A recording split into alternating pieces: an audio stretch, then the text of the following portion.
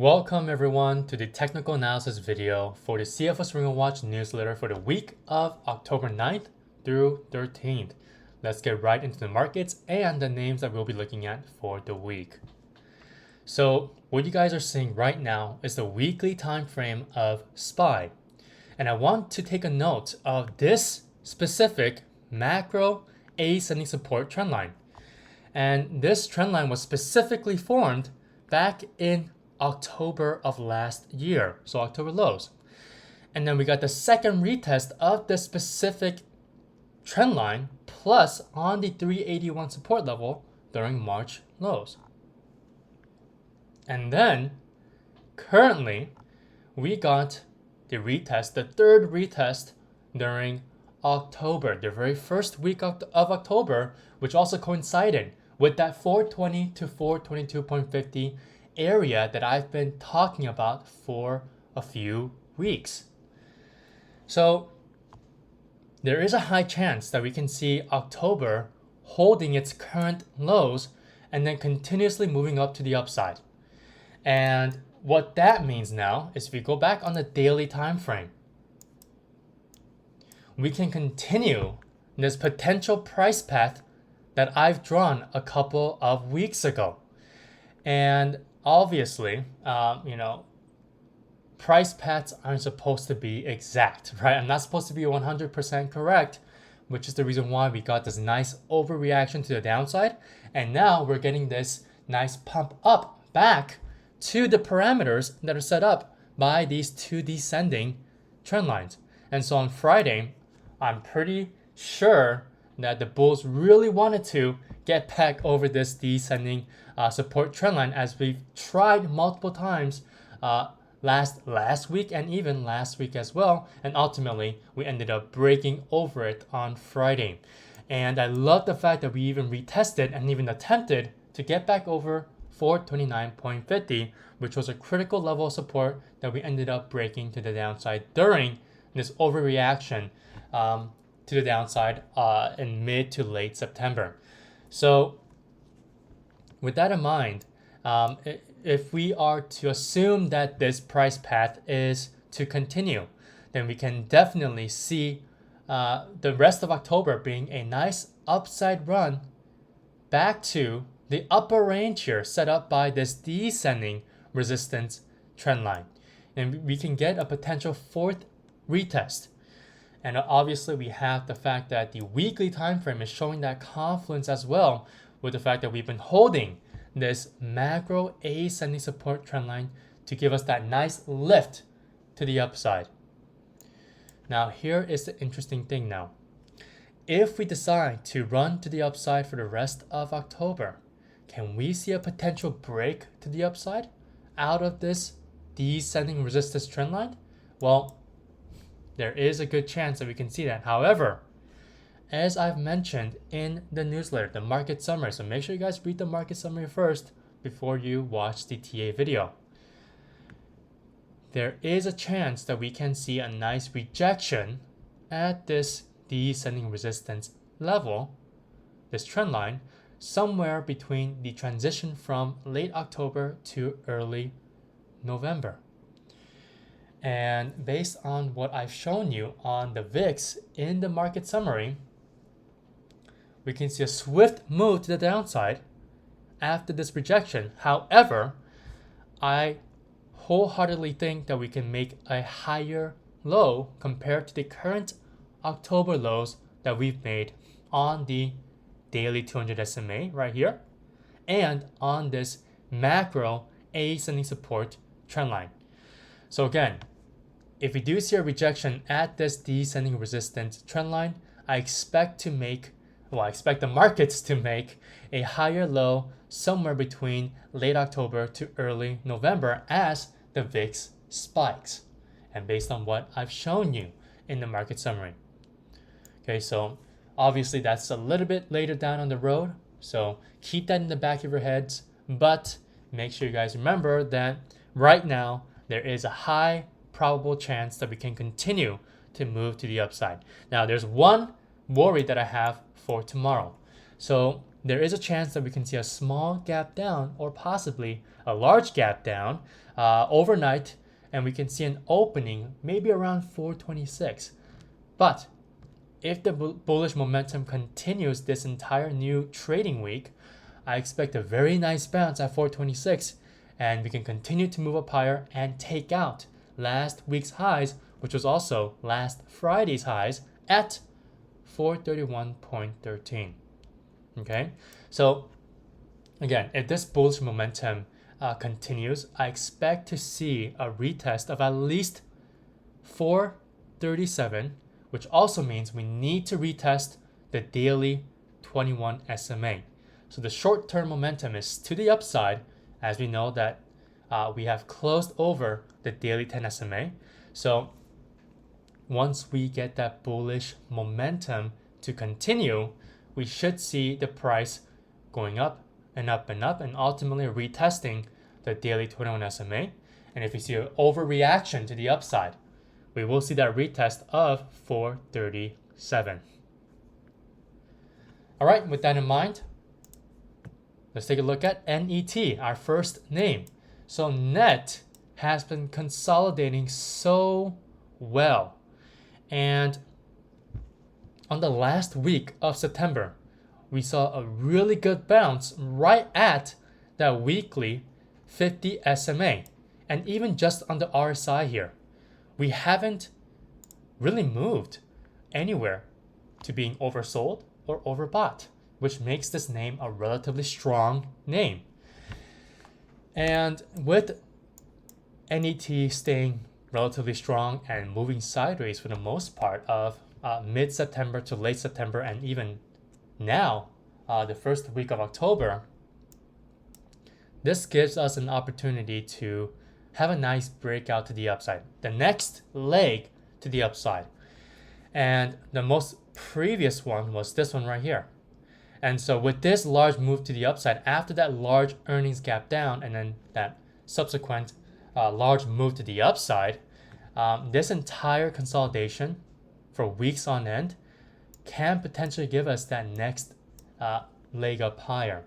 And for this week, I expect us to see at least a nice entry point over $64, or basically over the previous week's highs, okay, or the previous high of the week, as this acronym says. And the only thing is, this is an early entry, okay, because if we do see an entry over 64 and we take it, there is some turbulence between 64 and 66. That's right. So this is a nice supply area that we need to get over if we are to break to the upside and head over to the 70s, which is what I'm expecting in the near-term future. And why the 70s? Well, we have the weekly 200 SMA, which just started forming on a bigger picture perspective. And this 200 SMA is currently sitting at this $70 level. Okay, so with NET, if you guys want to avoid any type of turbulence during the supply area between 64 and 66, just simply wait until we see the price going over $66. All right, now with NET here, if you go back on the daily time frame, you guys had to be careful. Okay, you guys had to be careful here with Friday's candlestick. Yes, it was a great move to the upside, but this wasn't a bullish engulfing candlestick like I would have preferred. And we also closed right at the daily 50 SMA. So if we are to see a slight pullback, we can see a pullback all the way back down to around at least between $60 to $61, because that is where my short-term 10 and 21 SMAs are currently residing in. So the 10 SMA is exactly at 60.20, and my 21 SMA is at 61.14. Now, again, if the market decides to pull back and again hit that 426 level, I expect NET to also retest either the 10 or the 21 SMAs like I've mentioned right now, and bounce on top of both of them. All right. And, if we do see that type of a bounce, we can break over the weekly highs, which is currently sitting at 63.78. Okay. Now for our second name here, ZS. So we've been watching this one since last week, and now it's done exactly what I wanted it to do. We have come right back to that weekly 200 SMA, plus we have made a nice hammer weekly candlestick. And so the fact that we've been making this very, very nice textbook bull flag on the weekly time frame, with this one being the flag pull, and then the consolidation that we've been watching for weeks now being the actual flag. And so if we are able to break over 164, which is the major resistance level on the weekly time frame, and also if we break over the weekly 200 SMA, which is currently sitting at 164.56 on the weekly time frame, we should see a very quick move to 172, because between 164 and 172 is a large supply area. Where am I getting that? Well, right over here. Okay, between 164 and 172. That is where we saw a lot of supply coming in and sellers pounding the price down. And so since we've been really just consolidating right underneath that supply area, this very wide supply area, I'm expecting to see a nice push of the sellers out of this specific area of 164 to 172, which will allow us to squeeze to that maximum $172 price target. All right. Now, again, the same type of analysis is also going to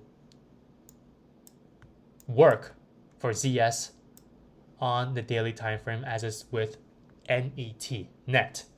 So what I said earlier with net, Friday's candlestick was a very large move. So I'm going to expect some sort of a pullback, it could be tomorrow, to at least around, at least minimum 160, right? If not, we can see a pullback all the way back down to around the 10 or the 21 SMAs. And for ZS, the 10 SMA is sitting at 153.67, while the 21 SMA is sitting at 155.29.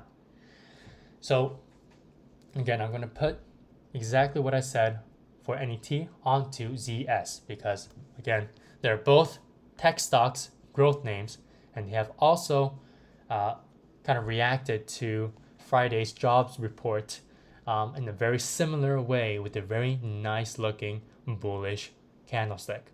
Okay, but for ZS and NET, that's kind of the worst possible scenario, where we gap all the way back down to retest their respective 10 and 21 SMAs. So, for ZS specifically, I expect minimum the bulls to hold at least this 163 resistance level. All right, so our last name here is MBLY.